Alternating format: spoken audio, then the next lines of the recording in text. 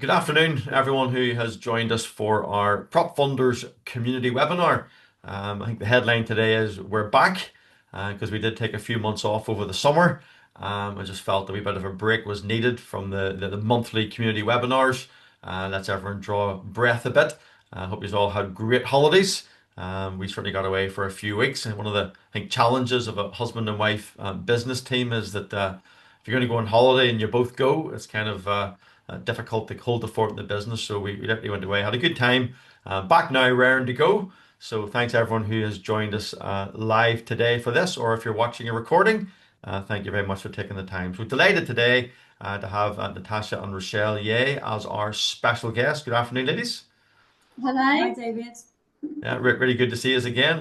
We, as we were saying before we recorded there, we kind of think over the last number of years, we've sort of every couple of months we get a touch base, a chat, a flurry of messages, and then we kind of do our own thing for a few months and then sort of reconnect again. Yeah, it's as the market changes and just time's flying by. We checking in occasionally, isn't it, with the updates and bits and pieces. Yeah, no, it's super. Listen, so thank you very much for coming on today. Excited about having you on, and we had a webinar type thing probably 3 years ago, I'm guessing now, in the sort of previous iteration. So yeah, great to have you here, and we're going to hear a lot more from you. The majority of the webinar today will be sort of unpicking your brain and getting your insights as to what's happening in the property market, particularly around developers. But I don't want to steal your thunder, so we'll wait a couple of slides. You'll be in and sort of taking over.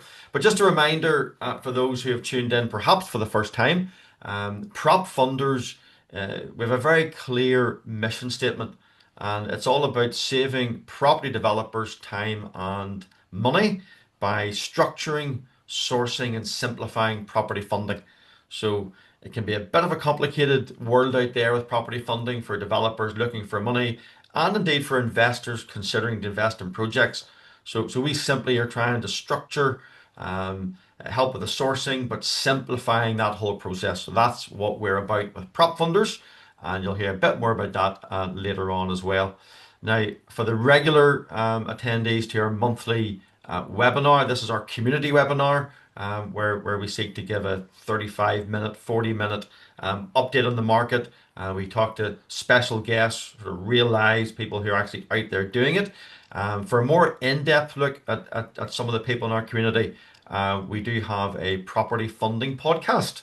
So this has been going really well. We've got phenomenal guests. I think the last one we put up was Lorraine Thomas from A Room with a View. Obviously, phenomenal person in property. I don't know if Natasha, Rochelle, do you know Lorraine at all? I don't think so. No, I didn't know before. No, not on your radar. Yeah, very interesting property professional. And then alongside that, you can see on the screen there, we've got a whole range of different people. A husband and wife team from Northern Ireland that run the largest networking event in Northern Ireland. Been involved in property for goodness 18, 19 years. I've known them.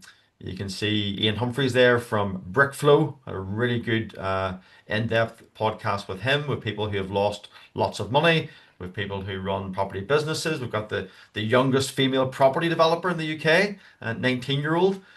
So brilliant array of guests. So feel free to YouTube, Spotify, watch the video, listen to it on audio as you're out running or walking the dog or whatever you do, but lots of great content there, and I encourage you to go and have a good look at that.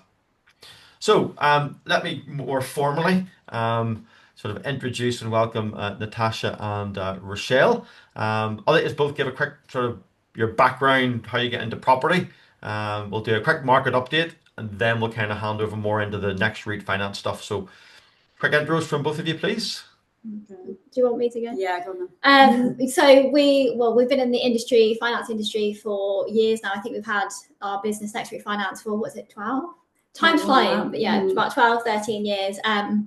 Our backgrounds, so originally I was training to be an architect, and I've always loved sort of property. You were actually trained to be an accountant, and yeah, we're actually sisters, and we do get on really well. So our dream and our vision back then was, how can we create a business where we can sort of utilize both our skill sets, and then we sort of gravitated towards this. So yeah, we I guess with both our skill sets, we kind of just over the years, we have kind of niched down quite a lot.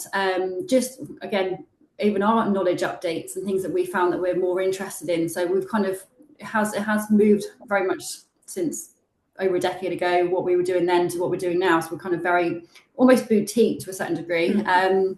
But yeah, we both, I think that, like anything, if you enjoy it and it's something that you're constantly researching anyway, it's becomes quite natural to you. So yeah, we do love property. Yeah, no, absolutely. And I can remember some really good conversations the last number of years, particularly around compliance. I know we had some in-depth discussions around models around that. And no doubt we'll get into that a little bit in a minute. So brilliant to have you here. I love it when there's people who've got a longer track record. Everyone starts somewhere, of course. But when you've had people in the industry like yourselves that, 10, 12 years, you've saw some of the recent cycles, some of the highs in property, the whole COVID situation, the Liz Truss budget. So you've been through the journey, as I call it, the roller coaster. And that gives you a really good experience, particularly that you're dealing directly with property developers. So I know you're going to have some great insights for us today and for the developers in our community. So before we dive in then into sort of the future of property funding, which is what we're going to be discussing today, always like to provide a brief market update to our attendees. Again, housekeeping for the regulars. We don't put stuff into the chat box, but please make a comment. If you have a question for Natasha, Rochelle, or myself, or you want to make a comment on something, stick it into the Q&A, and then we can pick it up from there and deal with it if with time. If it's a question that maybe needs a longer, more detailed response, then we can follow up with an email. But please, definitely, always good to have people engaging. Sometimes you'll be frustrated when you've got loads of people on a webinar and then people just kind of sit in the background, probably drinking coffee, listening in. But it's always great when people interact with the speaker. So by way of property update, as I said, it's been a few months we've been off doing this, so we're back in it now. UK house prices growth probably cooled a little bit. So you can see there the stats around that, only sort of 2.8% this year, or on the year to July. Asking prices, small drop. Is that pretty much what both of you kind of experiences? Would you say that's a bit of sort of a cooling of the market currently? I feel like it's been like that for a while. In fairness, we've even seen some lenders now changing criteria. So where you are saying, say the loan exit is to sale of the property once they've done the works, some of them aren't supporting that, or they're increasing their cost of funds, because I think there's a bit more, whether it is, like I said, slowing down, they're more interested in the security around refinancing opposed to leaving it on the market. So I think, it has been because it's been slower, I think, to sell properties at the moment. Yeah, okay. And then private rents are still rising, which is obviously a factor in house prices, and for those that own property, which is great, particularly if you don't have any mortgage on it. Rents rising is very exciting. But where your interest rates have been pretty high, not high in history, but high in the recent past, then obviously the increasing in rent at least helps with higher mortgage payments. But that is slowed down a bit as well. And really, I suppose just the whole question is then, where is the confidence of the market at the minute? Would you have a take on that, or what's your feelings from talking to your clients? You can go. Yeah, I think it's depends on who you're speaking to, I suppose. But where we work with a lot of professional property investors, as you call it, so they're already factoring in these market predictions, and where they almost looking at their business plan and going, right, where do I need to move, or where am I open to risk here and to mitigate it? I think that the real challenge is more with your new developers and house builders and investors, because they maybe haven't gone through that trend before, they haven't experienced it. But on a positive, because in a good way for them, apart from their analysis of the appraisal, they are already factoring in where the market sits. So in a way, they're already at kind of not a worse position, but it's a bit more, I don't know, maybe they're factoring it in worst case scenario a bit more so, rather than having that experience. So yeah, I'm not sure. I mean, I think at the moment, even with interest rates and inflation today, it's all, there's not really, inflation's obviously gone up again with, I think food this morning's gone up more so. So it's managing it, isn't it? It's just being predicting enough to factor it in, but you're never really going to fully know, are you? Yeah, no, I think that's fair, and I think when you're, as we have been in recent years, and there's been so much variation, so much flux, different factors happening, obviously wars and budgets and stuff. I think where we've been for the last couple of months is probably a little bit stable. Yes, there's this maybe cooling off. Yes, there's this slight, but those figures are, the growth, the rental incomes, the buyer demand, the figures are only moving a small amount, and I think sometimes it's good where there's a bit of stability in the market, because otherwise you're constantly every month having to try and sometimes adapt your strategy. Yeah. It is like I said, when having that kind of being able to predict things, like you said, through having stability there, even down to, I suppose, it's more, especially developers where they are selling the properties, it's for them forward thinking on their buyers, because at the moment with the cost of inflation, etc., they're still struggling sometimes when there's less incentives to get onto the market. It's almost, they've got a clientele in mind of who they need, what that property's for and who that's for. So it's that really, that's so out of their control. They can only factor in so much, and then you almost have to ride with the market. But yeah, I mean, overall it's positive. I think, and sometimes it's positive because people just maybe know and understand the market now, opposed to it being, fantastic. It's just they're used to it sometimes, aren't they now? That's a really good point. I think to end on, we're sort of, you almost say we're in a period of normality at the minute. So it's stable, a bit of fluctuation up and down, but at the minute most of the percentages are down. But this is probably a bit of normality setting in from some of the previous flux, which is really good. Okay, so you have an update of the market where we are currently, and some insights on that. So let's get in a little bit then into your business. So Next Route Finance. Now I'm always fascinated by names. So where did that name come from? Who's taking responsibility and taking the credit for that name?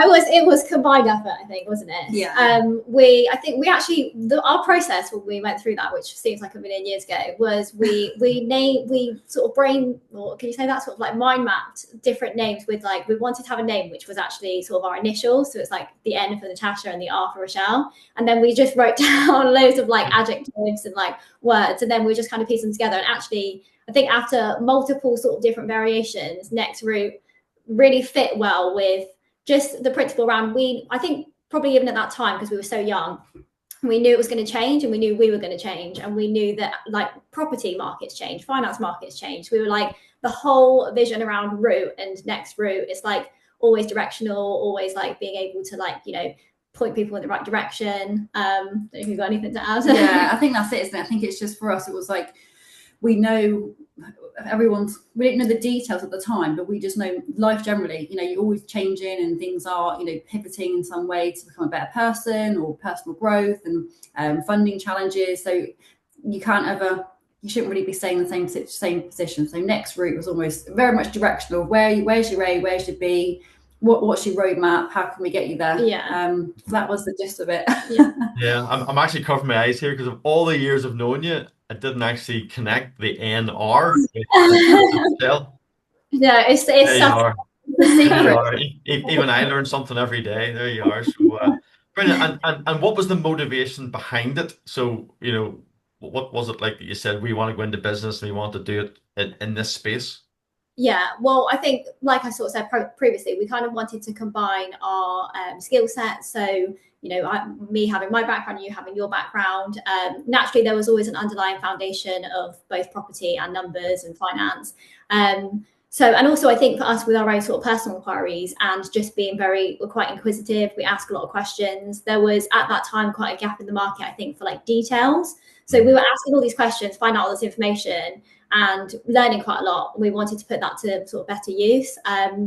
So yeah, and I think even our journey, as you said, with sort of the private investors, because we ask the questions and we want to know more, and finance and property is quite flexible and there's many opportunities. We're always sort of digging into like, how can we think outside the box, or how can, outside of traditional like the high street banks and things like that, which isn't as much of a thing in what we do. It's like you have to keep questioning things. You have to keep thinking of new ideas. So yeah, and also I think as individuals anyway, we've always been quite interested in, I don't want to say money, but personal finance, investing, compounding. That's always been like the back of our mind that we've been interested in. So having our almost like a personal something you research anyway. We kind of do explore maybe questions that other brokers don't, and we kind of challenge things that other people don't do, just because we do it and we want to do it as investors ourselves, not just property, but generally investing in other asset classes. So we kind of have that extra bit sometimes that we just expect people to have, but other brokers may be more traditional mortgage brokers that have kind of a like software that they might use, and it's very much more transactional to a certain degree, where we kind of like I think that's one. Yeah, that's something. I think that we wanted to challenge ourselves as well in the business, and I think with property development, like finance bridging, it's very like you have to think about it. You have to go through. It's not sort of like just plug it into a software system. You have to think actually like, are these figures working? Why aren't they working? What else can you do? So it keeps us on our toes as well. Which is great. Okay. I suppose as you look at the market, and obviously you deal with developers, in terms of, I think you've sort of listed here the sort of what you might call the market roadblocks. So these are sort of challenges that your clients tend to face. Is that a fair summary? You want to just run through some of the main ones, and then obviously how you address those with the clients? Yeah. So we over the years of doing this, we've kind of, which links to those roadblocks that we've established there, which is in the main, whether you're an investor, developer, whatever it is, those points generally are coming up now in the industry. And over the years of us being, even the last 5 years or so since COVID, we've noticed that there's almost a divide in types of people. So it's not too stereotypical, but just for ease, we've kind of gone, right, you're either a developer or you're a property investor. And what we've seen in the market is the developer types are more, their goal is very much around building a cash pot, flipping properties, more new builds and conversions generally, that type of person, versus the other side is someone who's more of an investor. So they will take on tenants, they will build a portfolio. Their goal isn't necessarily to release cash to them on that profit. They will lock that back in and recycle it and go again in China. That's their kind of longer term vision. So over the years, and then obviously since then, and with all these roadblocks that have come into play, and even from what we're seeing internally, we're having, we naturally get inquiries from both of these two types of individuals. And we found the inquiries that are coming in more so from the SME developer, so more your new builds, they're struggling more, basically. They are, whether it is more from planning delays that they're finding. And over the years, we've kind of gone, they either aren't factoring in the right costs, or they're not, or little things that they're not factoring in the true time contingency. They're going with what they've known before, but they're not putting extra buffers in. So when you factor those in, then their margin is massively, going under a level that we can then get funding for. It just, as negative as it sounds, the whole SME developer type market at the moment is, I think, struggling. There's not enough leverage. There's not enough things for them to work. I think the bigger, there is becoming more and more that divide now between smaller and bigger developers. I think the inquiries that we've got more, because we're heavily, I think probably, I would say even a year, maybe 2 years, we were getting quite an influx of like new build, new developers, and ones that were even just smaller but existing. And the figures still, it was questionable, but they were still stacking. Whereas now, the majority we get, it's a real like, is there any point? Don't bother. That's interesting, because if you go back and look at the UK developer market, and you go back to the 2008, and the figures are often bandied about, was something like 36-37% of all houses built in the UK, or certainly built in England, were built by SME developers. And then like now it's 10%. It's decimated, never really come back after 2008. But what you've alluded to there is that space that is still there, that they're struggling to make deals stack. Is that because they're not able to access perhaps land or the deals at the right price, or is it more that they don't have the, let's say, the skill set, but are they struggling to maybe bring all the different factors that's out there currently successfully into an appraisal? I mean, what do you think the reason is that they're struggling? Well, multiple factors. I think it's not actually their fault, as that sounds awful. They actually have skills and they could do it. I think they've got so many multiple external factors out of their control that they can't, like, they need to almost, the only ones that we're finding that are working is where they are being more creative with the funding, be that they are structuring the funding with the landowner or doing some kind of creative setup where we can leverage more on the residual land value on those ones, because otherwise the landowner then wants, is unreasonable and doesn't appreciate the developer's capital stack, and doesn't appreciate the other factors that they might not need to had accounted for. So they just see a potential profit, which was never going to be a profit because they don't know the details of what the developer's appraisal says. So I think it's more that. And I think the ones that we do find that work still are, we've got a client actually who's a developer, has been, I don't know, house building mainly, and he's gone back to buying cash. So he doesn't want to use the funding at the moment. He's buying cash and just smaller flips, aren't they? They're smaller ones where it's almost like a small extension. He's kind of gone the other way and gone, actually, there's the market here, not for funding. So he knows that he's not kind of doing the best on, when you look at like your return on your money, he knows that's not as good. Return on capital invested and all those metrics. They're Yeah. not exciting, but does he employ any staff construction wise, or is he the one-man band? Yeah, so we've got a team. We've got a small team, mainly subbies, and he'll do some work to it. So again, and that's a good point, because we found that the key underlying insight that we found over the years that we feel like defines the market is the word that we've used is professional.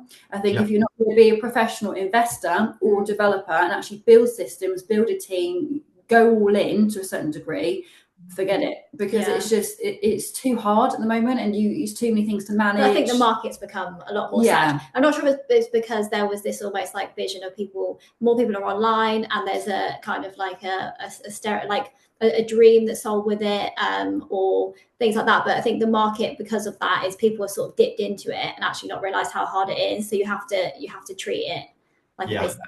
I think you make a fantastic point there, Natasha, because again, we've talked about this before. Think in the past about, and again, not trying to paint a broad brush here, but there is too often sort of property education companies, and they sell the dream and they charge a lot of money, be a property developer. You just said there, property development is hard.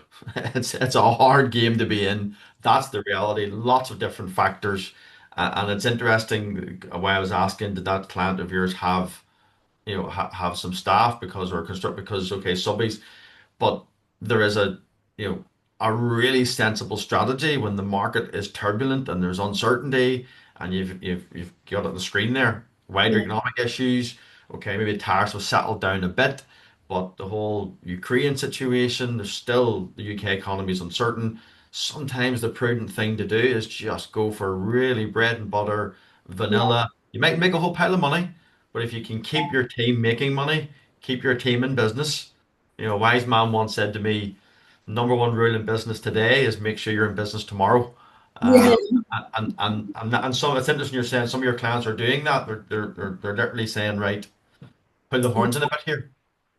I think that with the two things from that, I think when we're looking at developer types, I think that they're trying to, I think for them, if they can maybe join communities like yours and actually increase their network, increase their knowledge, just understanding of the market almost, it kind of does leverage, it gives them a lot more leverage in all respects. But also I think with the debt side of things, they are not wanting that pressure, I think, of being tied into a loan term and things like that. Because if with the property market, someone might put an offer in, go through, and then it falls through. Like you hear it all the time. They don't want that added pressure at the moment of being like, oh, I'm 3 years back in my, behind with my schedule. I've got a penalty on my loan. They don't want that pressure. But I think if they really wanted to scale up, they need to be more creative, whether it is teaming up with others,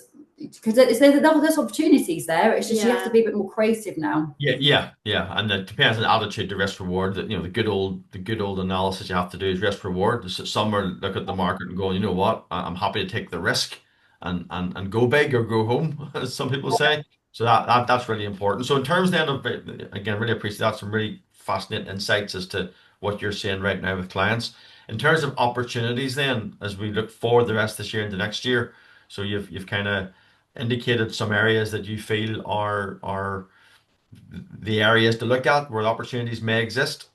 Yeah, so I mean, like with as you mentioned, with the new builds, that we were at one time seeing that a lot more. That at this current moment in time, for us, from some of the deals that we've seen, hasn't been as much of a thing. I'm sure it still is for, there's always exceptions, but the things that we have been seeing quite a lot of, and a lot of our clients are focusing on, are the commercial to residential. So I'm seeing some really good projects with those ones, and also it's quite a nice, from an ethical point of view, you're using something that's existing and you're putting it to better use again. Title splitting, we've seen a massive increase in, which has been really interesting, and obviously below market value portfolio purchases is another thing. So I mean, do you want to add any details to those? I think it's only the reason we're trying to, if you find opportunities and you pivot when the market is slightly different and things like that. So, some of the new build opportunities, it could be the fact that clients have things sat in planning still. So there's ways, and it's on an option.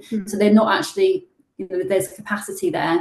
But we're finding the opportunities more that the clients that we're working with more so are more the investor types that are actually going, I need to build a portfolio then. I need to actually change my strategy. I need to become a professional property investor, use these strategies where they can leverage debt. And, and I say leverage debt because we can get 75% loan to value on the ones described, versus new build, you land your max 50-55. So straight away, you're playing a different funding game, aren't you? So so that's kind of what we're seeing the most of at the moment. And like you said, the portfolio purchases, you've got a lot of retiring, or maybe just people that went out of the game that are wanting rid. So you've got, as the markets do move, you've got opportunities there to recycle theirs in a way. Yeah, absolutely. No, I agree. I think they're all good sectors to be in, and sectors that provide an opportunity. And it's about maybe not always looking at things that are sort of the shiny object in the distance, but you might need to pivot into some of these to find the opportunities, or get really good at one of them. It just depends, and everyone's different. Now, obviously from the attendees' point of view, I don't usually get a chance to see much of the slides beforehand. So when this slide came in this morning, I looked at it, I'm like, what are they going to say on this slide? Yeah. So I'll not even try and guess the message you're trying to convey. I'll let you make the. It's a great question. What are we saying? This one was in by error. No.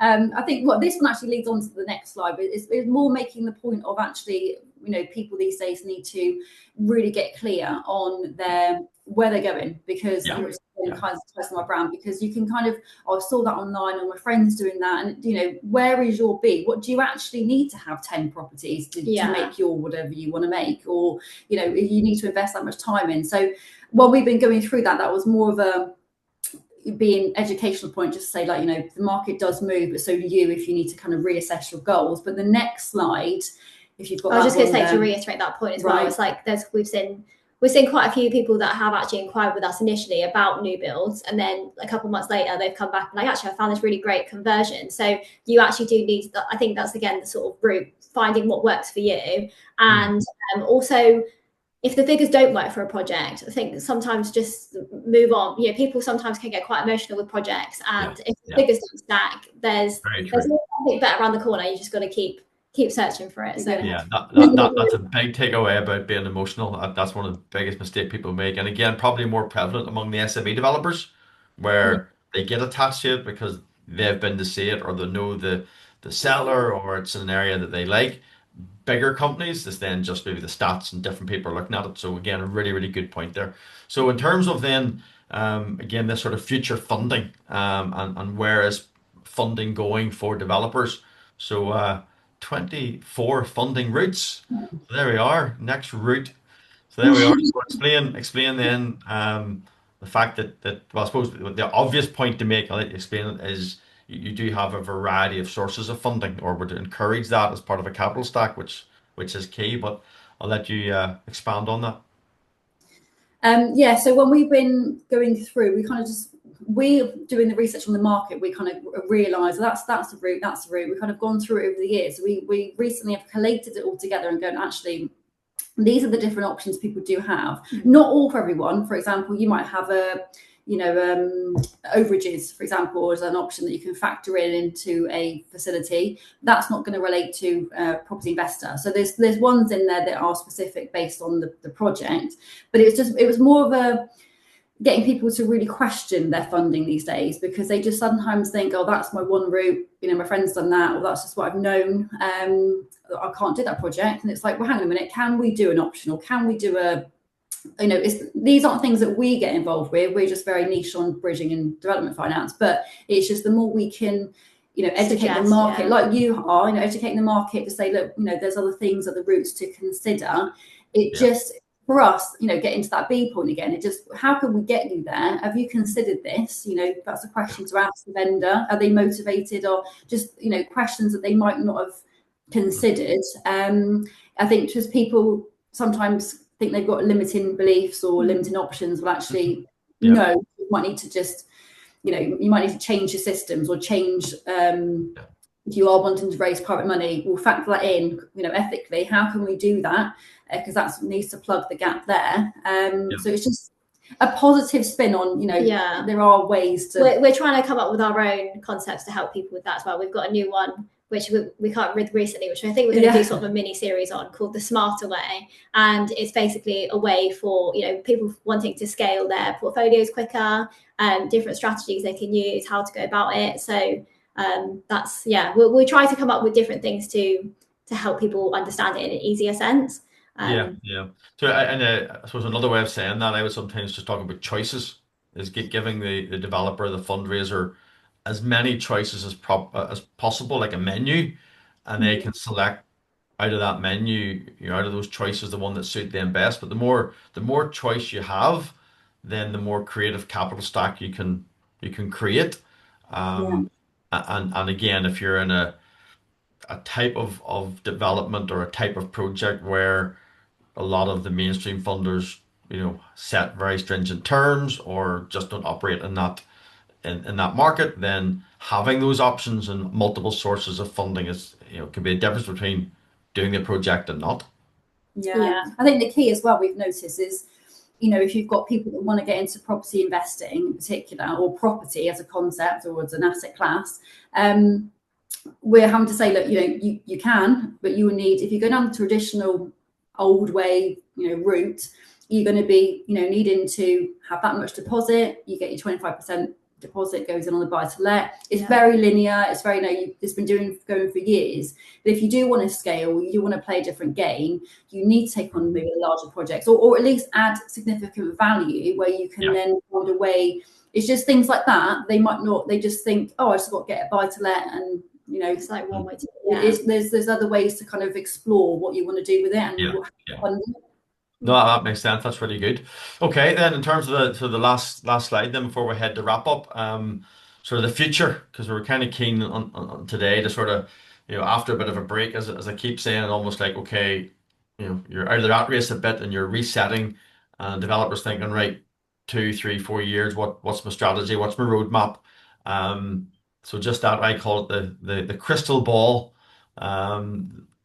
I'll let you sort of expand on the ones that you think are like, here's the key points to think about as you think of funding for the long term in property development.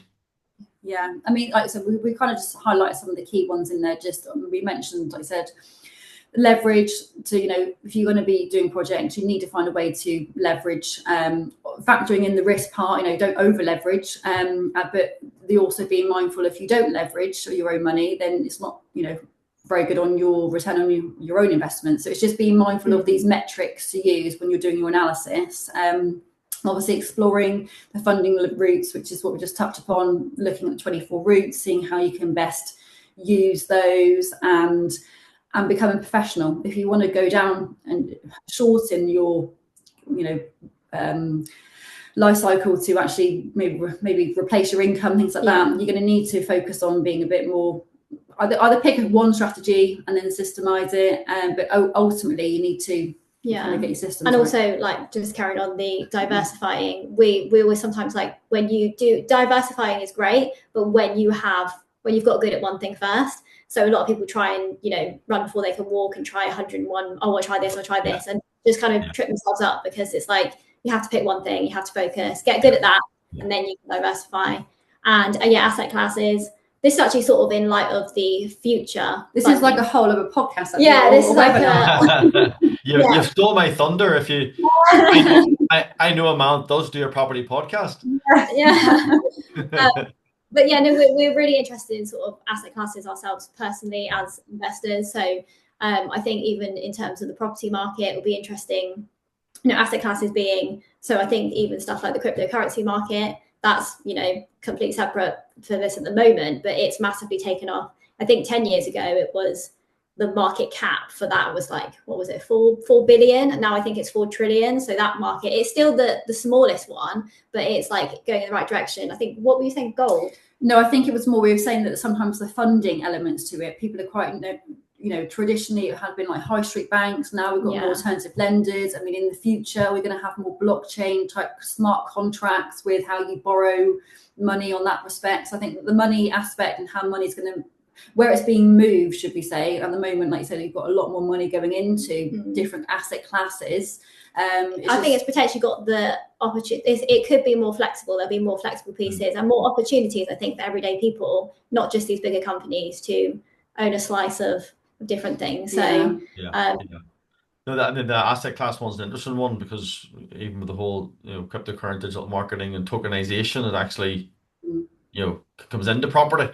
So that's going to be fascinating how that expands. So no, listen, some really good insights there, and some points for the future. I really do appreciate that, and definitely we need to get a date in the diary for a podcast, and where you can get into some of that detail a lot more, and unpack it. So we'll definitely get that arranged over the next few months. So whereabouts she's based again? Have you said that at the start? Where's home, or where's office? We're down in Devon. Down in Devon, yes, okay. Yeah. There you are. Nice part of the world. Yeah. I can feel a mobile podcast coming on here. Yeah, it's not too sad today, but yeah. Well, look, that's obviously fantastic. Really appreciate that. Obviously, there'll be a recording of this that will get out. So if you hang fire there just for about 2 minutes, I'll give you a chance to say at the very end a bit of a wrap up, or any last minute thoughts. I've just got a couple of quick housekeeping things, and then wrap up. So some really good stuff there. If there are any questions for anyone who's in the audience, you want to get a question in now before we wrap up, you always get into the Q&A, and we can put that to our guests. But just by way of sort of wrapping up, sort of housekeeping to the regulars, obviously within PropFundrs, we have this structuring, sourcing, simplifying range of services, starter funding pack, complete funding pack, tailored funding pack, and the breakdown of those are really quite simple. If someone is literally has a project that they're looking to get funded, then they can literally pay for a service, effectively a done for you service, sort of going and fishing for you, help you prepare your pitch to the private investors or to the institution, and then prepare a little bit of a pitch document, make sure just sanitize everything, and also introduce you to potentially some funders and funding sources. The second one across, complete funding pack, that's where it's a bit more teaching you to fish. We go through 6 steps to raising funds legally, 6 30-minute modules all around fundraising. We talk about building a brand in terms of a strategy to build your own private investor tribe. And we then introduce you to, again, a range of funding sources. And that's very much an education, a mini PhD in fundraising. And then we also have a service where we've got, I think it's 3 clients at the minute that pay a monthly retainer for us to effectively be their funding director, if you want to call it that. So as they do projects and they need an input, then we're invited into board meetings or meetings with the key staff, and we'll provide our experience and knowledge to help with that business. So we've got some developers, we've actually got an education company who has a number of clients that go through education courses, and they bring us in to do some of the modules specific around fundraising. So if any of those sort of pique interest, then reach out to us and we'll get a conversation. There's of course a bunch of free resources, education on the back end of the platform after you've registered, different cheat sheets. There's some definitely the thanks to the podcast. We actually put the podcasts up on our back office first for our community to see it, and then after that it goes into the general public. So you can access those things quicker by being a member of our community. And there's other things in there that you can see. And then, so anyone who does want to book a call, you can quickly do a quick screen grab of that now. That's a wee link there where you can book a free 30-minute call with me. We can go through your particular question, particular query, or if one of the packages of interest, we can have that conversation. And if it suits to do business, we can do business. If it doesn't, there's no problem at all. I'm sure it'll be a viable 30 minutes where we both have learned something. So that is us for today. The next webinar would be, checking my diary quickly, that will be the 15th of October will be the next webinar, third Thursday of the month at 1 o'clock. And again, the recording will be up on YouTube probably in about an hour. And you'll be able to re-listen to this and some of the points. And of course, some of the shorts go out on social media. So a massive thank you to Natasha and Rochelle. I'll give you both a sentence each to wrap up. Any big takeaways, any last minute wisdom you want to leave? Oh, that's a good question. Well, firstly, thank you for having us. It's a pleasure coming on as always. It's always good to connect with and explore options and discussion points. So really, it's just a case of, I think, if people are interested or currently are in the projects or doing more projects, it's just, I think one of the key things is to be a bit more aware that they need to come into the professional bracket and start looking at a focus, systemizing, building their network of funders and looking at alternative options. Yeah, that's the key thing, really. I think. Any other points on that one? No, I think we've covered most of it. But thank you very much. Thank you very much for having us. No, absolutely fantastic to have you, and we could definitely be talking again over the next few weeks. I'm sure we'll definitely get the podcast done. And a big thank you to everyone who's taken time to join live today, or if you're watching a recording. Hope you've enjoyed it. But take care, be successful, and stay safe. Thanks, everyone. Bye bye.